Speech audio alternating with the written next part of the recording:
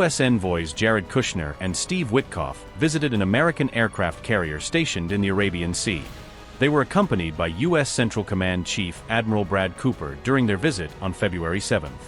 The aircraft carrier, USS Abraham Lincoln, is currently deployed near Iranian waters amid rising regional tensions. During the visit, Steve Witkoff stated that the United States is demonstrating the meaning of readiness and determination to the world. Steve Witkoff said, quote, "We thank the sailors and Marines, observed live flight operations, and spoke with a pilot who downed an Iranian drone that approached the carrier without clear intent. Proud to stand with the men and women who defend our interests, deter our adversaries, and show the world what American readiness and resolve look like, on watch every day." This came as Iran's Foreign Minister Abbas Araghchi issued a strong warning directed at the United States. He said that Tehran would target U.S. military bases across the Middle East if Washington launched any attack on Iran. Araghchi also emphasized that Iran's missile program was never negotiable in discussions with the United States. Yesterday's negotiations focused solely on the nuclear issue. The Americans did not raise any other topics. The negotiations were conducted indirectly through the Sultanate of Oman, and we agreed to discuss only the nuclear issue, a point that was respected in yesterday's talks. As for zero enrichment, that is outside the scope of the negotiations for us. Enrichment is an undeniable right for us, and it must continue. Even through bombing us, they could not destroy it because technology cannot be destroyed by bombing. We are prepared to reach an agreement that assures them that enrichment in Iran will be peaceful. We are ready for that. When I told you it was a good start, I meant that the negotiations can continue in this manner and approach. Regarding the other issue you raised concerning missiles, this is a purely defensive matter for us. It is not negotiable, neither now nor in the future, because regional issues pertain to the region and are not related to countries outside of it. These are internal matters concerning the Iranian people, and no foreign party can interfere in our internal affairs, as we have made clear many times. The possibility of war is always present, and we are prepared for it. This preparedness is aimed at finding solutions that avoid war. I told the American negotiators yesterday, you have two options with US, war and diplomacy. Our option is diplomacy, but we are even more prepared for both than before, and we hope America will choose diplomacy. If America launches an attack against us, we do not have the capability to attack its territory, so we will attack the American bases in the region. This will draw the entire region into war. We are not attacking neighboring countries, but rather the American bases.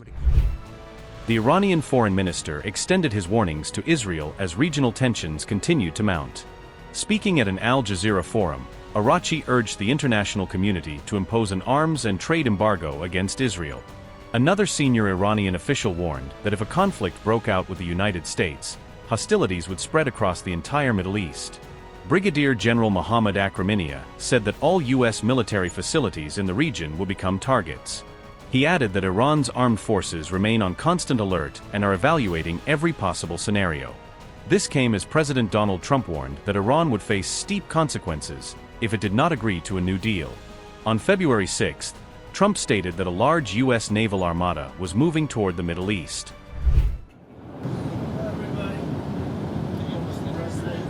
We had very, very good talks today having to do with Russia, Ukraine. Something could be happening. We likewise had very good talks on Iran. Iran looks like it wants to make a deal very badly. We have to see what that deal is. But I think Iran looks like they want to make a deal very badly, as they should. Last time they decided maybe not to do it, but I think they probably feel differently. We'll see what the deal is. It'll be different than last time. And we have a big armada. We have a big fleet heading in that direction. We'll be there pretty soon. So we'll see how that works out. The results today were with Iran. It was a meeting. We're going to meet again early next week. And they want to make a deal. Iran, as they should want to make a deal. They know the consequences if they don't. If they don't make a deal, the consequences are very steep. So we'll see what happens. But they had a very good meeting with a very high representative of Iran, and we'll see how it all turns out. The one thing, and right up front, no nuclear weapons. If we could have made that deal 2 years ago, we would have made that deal, but they weren't willing to do that. Now they are willing to do it. So they're willing to do much more than they would have a year and a half ago, or even a year ago when don't forget, we've only been doing this for exactly 1 year. And we started with them a few months after the beginning of this term. This term has been amazing. But the results could surprise people. If they would have offered this deal originally when we first started, it would have been accepted immediately. We'll see what happens. Shortly after U.S.-Iran talks in Oman, Trump announced new U.S. tariffs in connection with the ongoing dispute. The United States imposed a 25% tariff on imports from countries that purchase goods from Iran. According to the White House, the move is intended to discourage nations from maintaining commercial ties with Iran.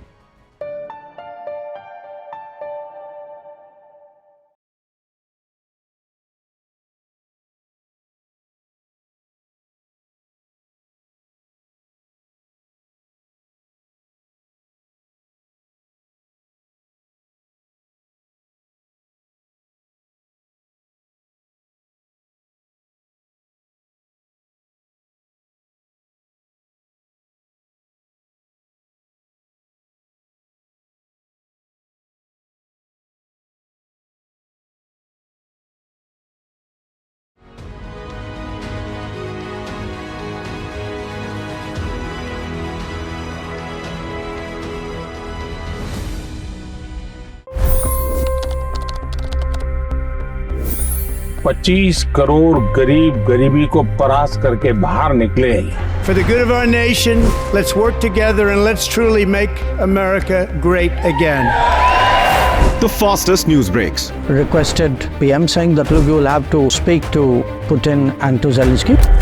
The biggest news makers. The relationship with India is probably the most important bilateral relationship the U.S. will have for the rest of this century. The capital delivered quite an election result today. Expert analysis. The million-dollar question today is how to stop this dance of death. Ground reports. I'm standing at the crossroad of the Kumbh Mela. Behind me are more than 100 entry guards. Long-form interviews. Exclusionary politics is reflected in Manipur case as well. You don't bother because this is a small state. Deep dive into burning issues. It's often said DRC could be the richest country in the whole world. It's because of what sits underneath. Why exactly did the US topple the Sheikh Hasina government?